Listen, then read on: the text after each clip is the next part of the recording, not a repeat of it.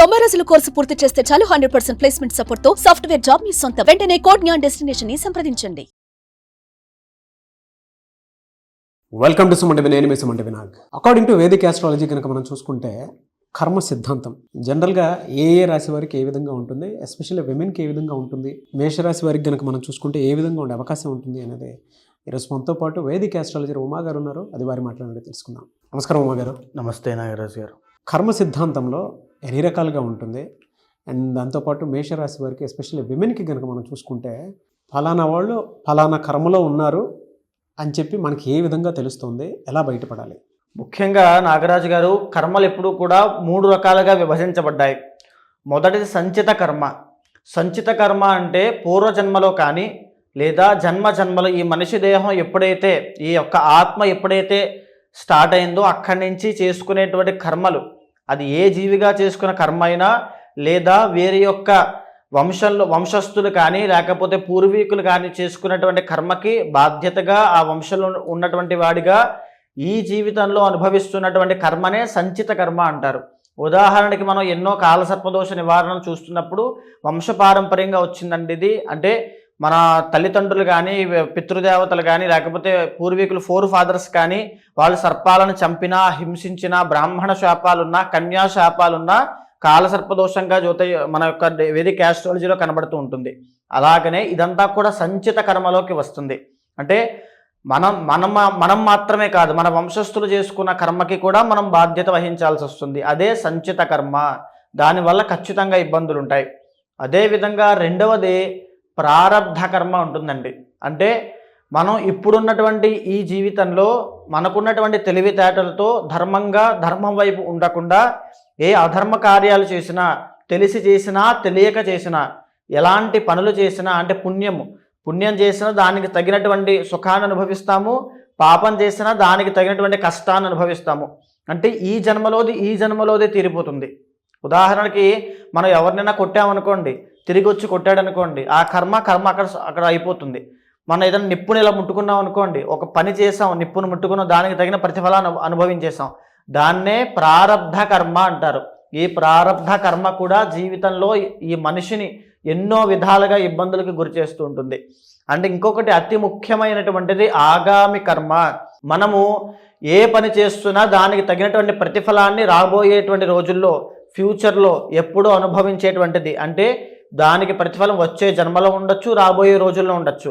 మనం ఈరోజు ఎవరినో మోసం చేస్తున్నాము, లేకపోతే ఈరోజు ఏదో తప్పు చేస్తున్నాము, ఎవరు చూడట్లేదు, ఎవరికి కనబడట్లేదు, అంత బాగానే జరిగిపోతుంది అనుకుంటాం. కానీ ఏదో ఒక రోజు ఈ ఆగామి కర్మ అనేటువంటిది చూస్తుంది, ఖచ్చితంగా మిమ్మల్ని వెంటాడుతూ వచ్చి ఏదో ఒక రోజు మిమ్మల్ని ఇబ్బంది పెడుతుంది.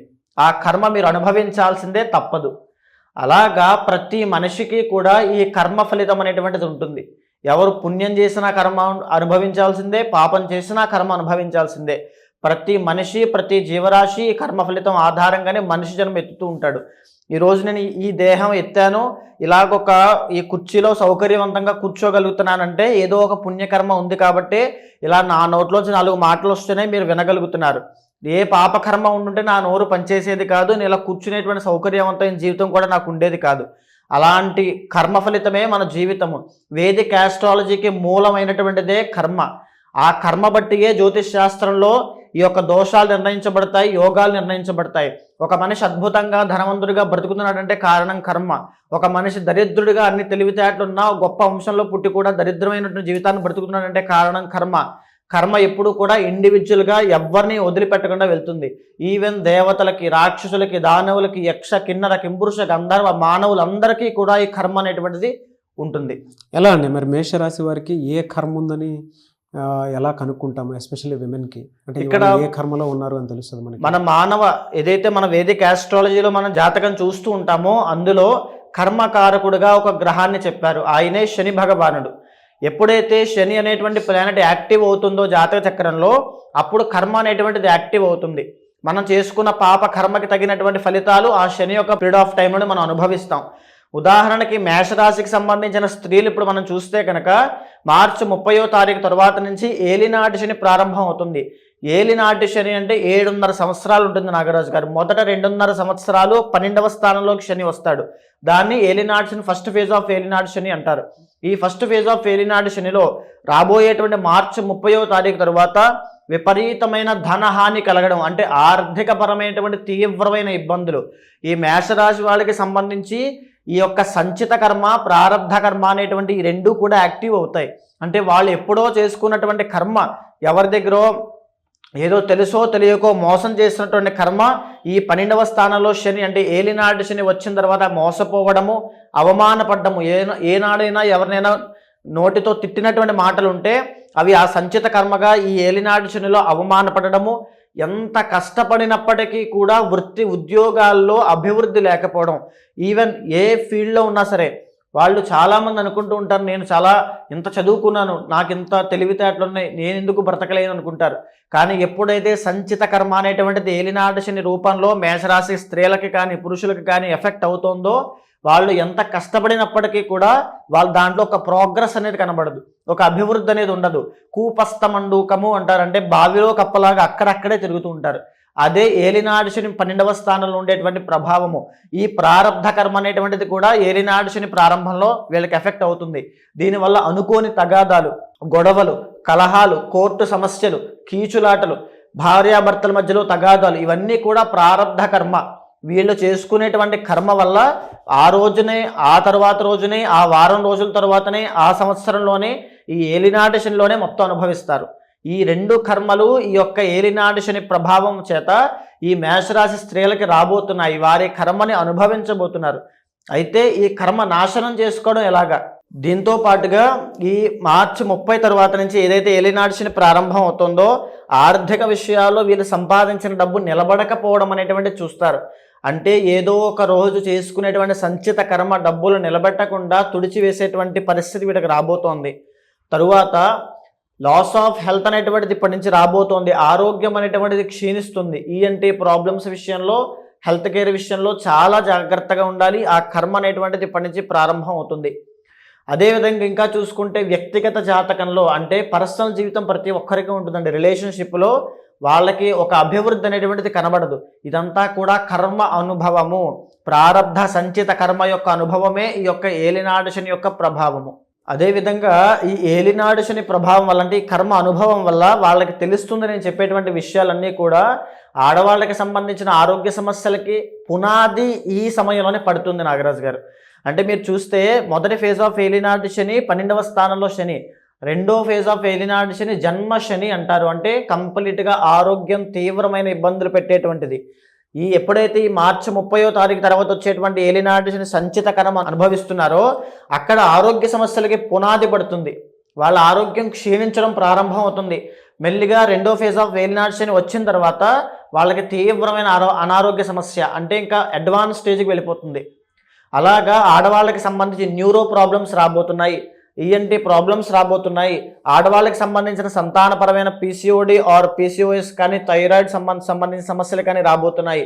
ఈ అన్ని విషయాలను, అండ్ ఏదైతే లంగ్స్కి సంబంధించి ఉదర సంబంధించిన వ్యాధులు అవ్వచ్చు, తలకి సంబంధించిన మైగ్రేన్ సంబంధించిన వ్యాధులు అవ్వచ్చు, ఇవన్నీ కూడా ఈ మార్చి 30 తర్వాత నుంచి ఇంకా ఉధృతం అవ్వబోతున్నాయి. మీకు తెలిసి ఉండొచ్చు మార్చి 30వ తారీఖు దగ్గర నుంచి మే 18 దాకా తీవ్రమైన ప్రభావాలు ఉంటాయండి. వారి యొక్క కర్మని వాళ్ళు అనుభవించేటువంటిది దానికి తీవ్రమైన ప్రభావము. మే 18వ తారీఖు దగ్గర నుంచి అక్టోబర్ వరకు కూడా కాస్త ఆర్థికంగా కాస్త మెరుగైనటువంటి పరిస్థితులు ఉన్నప్పటికీ కూడా ఆరోగ్యం అనేటువంటిది క్షీణిస్తూనే ఉంటుంది. ఆ ఆరోగ్యం క్షీణించడం అనేటువంటిది 2.5 సంవత్సరాల పాటు అలాగే ఉంటుంది. ఒక స్లో పాయిజన్ లాగా ఆరోగ్యం అనేటువంటిది స్లోగా క్షీణిస్తుంది. మీరు బాగా గమనిస్తే ఏలినాటి శని 12వ స్థానంలోకి వచ్చిన తర్వాత ఆ వ్యక్తి అతని కోసం కన్నా పక్క వాళ్ళ కోసం పనిచేయడం ప్రారంభిస్తాడు. అతని శక్తి, అతని యొక్క తెలివితేటలు అతనికి పని చేయవు. అది కూడా కర్మ అనుభవమే. అది మార్చి 30వ తర్వాత నుంచి వాళ్ళు చూడబోతున్నారు, వాళ్ళు చూస్తారు. ఖచ్చితంగా వాళ్ళకి అనుభవం ఉంటుంది. ఫ్యామిలీ కోసమో లేకపోతే స్నేహితుల కోసం, ఫ్రెండ్స్ కోసమో, ఎవరెవరి కోసమో వీళ్ళ కష్టం అంతా ధారపోయాల్సి వస్తుంది తప్ప వీళ్ళకి పట్టెడు అన్నం కూడా ప్రశాంతంగా తినేటువంటి అది కూడా ఉండదు, ఆ యోగం కూడా ఉండదు. అంటే అంత కష్టపడినప్పటికీ కూడా అది వృధా ప్రయాస అయిపోతూనే ఉంటుంది. ఎలా గుర్తించాలి సార్ మరి అంటే దీన్ని? ఇప్పుడు ఈ కర్మకారకుడైన శని వస్తున్నాడు కాబట్టి ఈ శని యొక్క పీరియడ్ టైంలోనే ఈ సంచిత కర్మ, ప్రారబ్ధ కర్మ అనేటువంటి యొక్క కర్మ యొక్క అనుభవమే వీళ్ళ జీవితంలో ఇప్పటివరకు నేను చెప్పిన సిమ్టమ్స్ అన్నీ ఆ రూపంలో వస్తాయి. ఆ కర్మ అనేటువంటిది అలా వెంటాడుతూ అప్పుడు వీళ్ళ మీద వీళ్ళ మీద ఆల్రెడీ తెలుస్తుంది. సంచిత కర్మ వల్ల ఆల్రెడీ ఎప్పుడు కూడా శని యొక్క ప్రభావం 3 నెలల ముందు నుంచే వస్తుంది నాగరాజు గారు. అంటే ఏలినాటి శని మార్చి 30వ తారీఖు ప్రారంభం అవుతున్నా ఆ ప్రభావం 3 నెలల ముందు నుంచే ప్రారంభం అవుతుంది. ఆల్రెడీ ఇప్పటికే వాళ్ళకి నేను చెప్పేటువంటి అన్నీ కూడా కనెక్ట్ అవుతాయి, అన్నీ అర్థమవుతాయి. సంబంధించిన ఆరోగ్య విషయంలో అవ్వచ్చు, ధనహాని అవ్వచ్చు, అంటే సంపాదించింది నిలబడకపోవడం అవ్వచ్చు, కోర్టు సమస్యలు, తగాదాలు, అవమానపడడం, వీళ్ళ ప్రమేయం లేకుండా ఒక్క తప్పు కూడా వీళ్ళు చేయకుండా వీళ్ళు ఎన్నో సూటిపోటి మాటలు అంటూ ఉంటారు. అది పడాల్సి వస్తుంది. ఏమి చేయలేని పరిస్థితిలో ఉంటారు. అది కర్మ అనుభవము, తప్పదండి. ఎలా సార్, అంటే ఈ కర్మ సిద్ధాంతానికి సంబంధించినటువంటి రెమెడీ ఏమైనా ఉంటుందా? ఈ ఫిబ్రవరి 26వ తారీఖున నాగరాజు గారు మహాశివరాత్రి అయింది. జన్మకొక శివరాత్రి అంటారు. అంటే ఈ మహాశివరాత్రిని పురస్కరించుకుని నేను చేసేటువంటి కర్మ నివారణ అవ్వడం కోసం చేసే రుద్రయాగంలో పాల్గొమని చెప్పండి. ఎవరైనా సరే, ఏ ఇండివిజువల్లో అయినా సరే, అంటే మీ కర్మ మీదే, మీ భార్య కర్మ మీ భార్యదే, ఎవరి కర్మ వాళ్ళదే. ఎవరైతే రుద్రయాగంలో పాల్గొంటారో వాళ్ళు జన్మలతో చేసినటువంటి సంచిత కర్మ అయినా, వాడు తెలుసో తెలియకో ఈ జన్మలో ఏదో తెలియని పాపం చేసినటువంటి ప్రారబ్ధ కర్మ వల్ల వచ్చే కష్టాలైనా తొలగిపోతాయి. ఉదాహరణకి ఒక వ్యక్తి ఉంటారండి, ఎంతో సంపాదిస్తూ ఉంటాడు, కానీ ఒక్క రూపాయి కూడా నిలబడదు. అవన్నీ కూడా ఇంట్లో ఉండేటువంటి వాళ్ళ ఆరోగ్య సమస్యలకి, వాళ్ళ చదువులకి, వాళ్ళ కష్టాలకి, వాళ్ళ కోరికలకి అన్నీ దానం చేస్తూనే ఉంటాడు. శ్రమదానం అవుతుంది, అన్నీ అయిపోతూనే ఉంటే జీవితం అలసి సొలసిపోతుంది తప్ప అతను ఏమాత్రం అనుభవించలేడు. అది కూడా ఒక కర్మే. జీవితాంతము మనశ్శాంతి లేకుండా అందరి కోసం కష్టపడడం కూడా ఒక కర్మే. ఎంత సంపాదన ఉన్నప్పటికీ కూడా తినడానికి తిన్న తర్వాత అరగకపోవడము, ఆ డయాబెటీస్ అవ్వచ్చు, బీపీ అవ్వచ్చు, ఇవన్నీ కూడా ఎక్కడి నుంచి వస్తున్నాయండి? సంచిత ప్రారబ్ధ కర్మల వల్లే వస్తున్నాయి. ఎప్పుడైతే కర్మ అనేటువంటిది నాశనం అవుతుందో ఆరోగ్యపరంగా ఒక మెరుగైన జీవితం ఉంటుంది. అదేవిధంగా ఒక మ్యారీడ్ లైఫ్లో ఇబ్బందులు వస్తున్నాయి, మాంగళ్య దోషం ఎందుచేత వస్తుంది అంటే సంచిత కర్మ వల్లే వస్తుంది. ఆ సంచిత కర్మ పోతేనే ఈ మాంగళ్య దోషం పోతుంది. 33 సంవత్సరాల దాకా వివాహం కావట్లేదు అంటే ఎందుచేత కావట్లేదు అంటే సంచిత కర్మ వల్లే కావడం లేదు. ఎప్పుడైతే కర్మ అనేటువంటిది నాశనం అవుతుందో, మూలమైనటువంటి కర్మ నాశనం జరిగినప్పుడు ఎలాంటి కోరికలు తీరాలన్నా తీరుతాయి, ఎలాంటి సమస్యలు పోవాలన్నా పోతాయి. మీరు ఇప్పుడే అన్నారు యజ్ఞాలు, యాగాలు, హోమాలు లాంటి లేదంటే పూజలు చేస్తే కర్మ నాశనం అవుతుంది అని. అండ్ ఇందాక ఒక మాట కూడా అంటం జరిగింది, కర్మను అనుభవిస్తేనే పోతుంది అని. అవునండి, అనుభవిస్తేనే పోతుంది అని చెప్పేసి అంటూ ఉన్నారు. అంటే పూజలు, యాగాలు చేస్తే నాశనం చేయొచ్చు అని చెప్పి, కర్మను నాశనం చేసేయచ్చు అని చెప్పేసి అంటూ ఉన్నారు. ఎలా అది? ఇక్కడ ముఖ్యంగా నాగరాజు గారు చాలామందికి ఉన్నటువంటి సందేహమే ఇది. అంటే కర్మ అనేటువంటిది అనుభవిస్తేనే పోతుంది కదా, మన కర్మ మనం అనుభవించాలి, కానీ పూజలు చేస్తే ఎందుకు పోతుంది అని చాలామంది అనుకుంటూ ఉంటారు. ఉదాహరణకి ఒక మార్కండేయుడు అనేటువంటి ఒక మహాశివభక్తుడు, ఆయనకి 8 సంవత్సరాల వయసు ఉంది. ఆయన శివుడికి విపరీతమైనటువంటి ఆరాధన అంటే అభిషేకం చేస్తూ స్వామి యొక్క తపస్సులో, స్వామి యొక్క భక్తిలో మునిగి ఉన్నాడు. మునిగి ఉన్నప్పుడు ఆయన యొక్క ఆయుష్ అనేటువంటిది కంప్లీట్ అయిపోయింది. యమధర్మరాజు అంటే ప్రాణం తీసేటువంటి యమధర్మరాజు యమపాశంతో సహా వచ్చి, నాయన మార్కండేయ బయటికి రా, నీ ఆయుష్ పూర్తయిపోయింది, నీ ప్రాణం తీసుకెళ్లేటువంటి సమయం ఆసన్నమైంది, నువ్వు బయటికి రా అని పిలిస్తే నేను రాను, నా పూజ శివ పూజ అయ్యేంత వరకు నేను బయటికి రాను అంటాడు. ఓకే, శివ పూజ ఎప్పుడు అవుతుంది అని యమధర్మరాజు అడిగితే, నా తల్లిదండ్రులు ముక్తికి వెళ్ళేంత వరకు కూడా నా శివ పూజ అవ్వదు అని చెప్తాడు. అయితే ఇలాంటి ఆటలన్నీ సాగవు, నీ ఆయుష్ కంప్లీట్ అయిపోయింది, నువ్వు శివుడి దగ్గర ఉంటే ఏంటి, ఎవరి దగ్గర ఉంటే ఏంటి అని చెప్పి ఆ యమపాశాన్ని విసురుతాడు. అప్పుడు మార్కండేయుడు భక్తితో శివుణ్ణి ఆలింగనం చేసుకుని చంద్రశేఖర చంద్రశేఖర చంద్రశేఖర పాహిమామని చంద్రశేఖరాష్టకం పాడితే, శివుడు శివలింగంలోంచి ఉద్భవించి ఎడంకాలతో యమధర్మరాజుని గుండెల మీద ఒక్క తన్నుతాడు. నా భక్తుణ్ణి నువ్వెవడరా ముట్టుకోవడానికని అని తన్ని ఆ మార్కండేయును చిరంజీవిగా చేస్తాడు. ఈ సృష్టి ఉన్నంత కాలము నువ్వు బ్రతికే ఉంటావు, నిన్ను ఆపేవాడు లేడని. ఇక్కడ ఈ కథలో కనిపించేటువంటి మార్కండేయుడు జీవుడు, వచ్చినటువంటి యమధర్మరాజు కర్మ, వచ్చినటువంటి శివుడే మన భక్తి, మనం చేసేటువంటి పూజ. అంటే ఈ మార్కండేయుడికి ఏదైతే తన సంచిత పాపకర్మ వల్ల ఆయుష్ అయిపోయిందో ఆ కర్మ వల్లనే ఆయుష్ తీయడానికి యమధర్మరాజు వచ్చాడు. ఏదైతే ప్రారబ్ధ కర్మ అంటే ఇప్పుడు తను చేసుకునేటువంటి భక్తి, ఆ పూజ, ఆ యొక్క స్వామి యొక్క కటాక్షం ఏదైతే ఉందో, స్వామి ఆ భక్తి రూపంలో వచ్చి కర్మని నాశనం చేసిందా చేయలేదా? అవును. భక్తి అనేటువంటి ఒక మాధ్యమంగా మారి కలియుగంలో ఈ పూజల రూపంలో మన కర్మ అనేటువంటిది నాశనం అవుతూ ఉంటుంది. సో అందుకే మీరు 26న కర్మ నివారణ అవ్వడం కోసం రుద్రయాగం అనేటువంటి చేయడం జరుగుతోంది. ఎవ్వరు పాల్గొన్నా సరే వాళ్ళందరికీ కూడా సంచిత ప్రారబ్ధ కర్మ పోయేటట్టుగా ఆ రుద్రయాగంలో సంకల్పం చెప్పడం వల్ల ఏదైతే ఒక మనిషి ఆ మోయలేనటువంటి కర్మ బరువు ఉంటుందో దానిని ఆ తక్షణ మరుక్షణం నుంచి ఆ కర్మ అనేటువంటిది నాశనం అయిపోతుంది. సో ఎవరన్నా అప్రోచ్ అవ్వాలి అనుకుంటే ఎలా అండి? మీకు కింద కనిపించేటువంటి నెంబర్కి కాంటాక్ట్ అయితే మా వాళ్ళు మీకు పూర్తిగా వివరాలన్నీ ఇస్తారు. దానికి సంబంధించిన వివరాలన్నీ కూడా చెప్తారు. ఖచ్చితంగా కాంటాక్ట్ అవ్వండి. ఏ విషయాలు కూడా, ఏ నియమాలు పాటించాలి, ఏ మంత్రజపం చేయాలో కూడా స్వయంగా నేనే చెబుతాను. ఎనివే సార్, థ్యాంక్ యూ అండి. థ్యాంక్ యూ సో మచ్ అమ్మ గారు. నమస్తే. చూసారు కదండి వీడియో. ఈ వీడియోపై మీ అభిప్రాయం కమెంట్ బాక్స్లో పోస్ట్ చేయండి. అండ్ ముఖ్యంగా మీరు కనుక 26న అది కూడా మహాశివరాత్రి రోజు జరిగేటువంటి రుద్రయాగంలో పాల్గొనాలి అనుకుంటే స్క్రీన్ మీద మీకు కాంటాక్ట్ నెంబర్ కనిపిస్తుంది ఉమా గారిది. దానికి మీరు కాల్ ఆర్ మెసేజ్ వాట్సాప్ చేసి ఆ ప్రాసెస్ ఏంటో తెలుసుకోవాలి అనుకుంటే కూడా తెలుసుకోవచ్చు. లేదా మీరు డైరెక్ట్గా రుద్రయాగంలోకి పాల్గొనాలి అనుకున్నా కూడా డీటెయిల్స్ కోసం స్క్రీన్ మీద కనిపిస్తున్న నెంబర్ సంప్రదించండి. అండ్ ఈ వీడియో లైక్ చేయండి, షేర్ మాత్రం తప్పకుండా చేయండి. ఇలాంటి మరిన్ని వీడియోస్ కోసం మా ఛానల్ ఫాలో అవ్వండి. Thank you.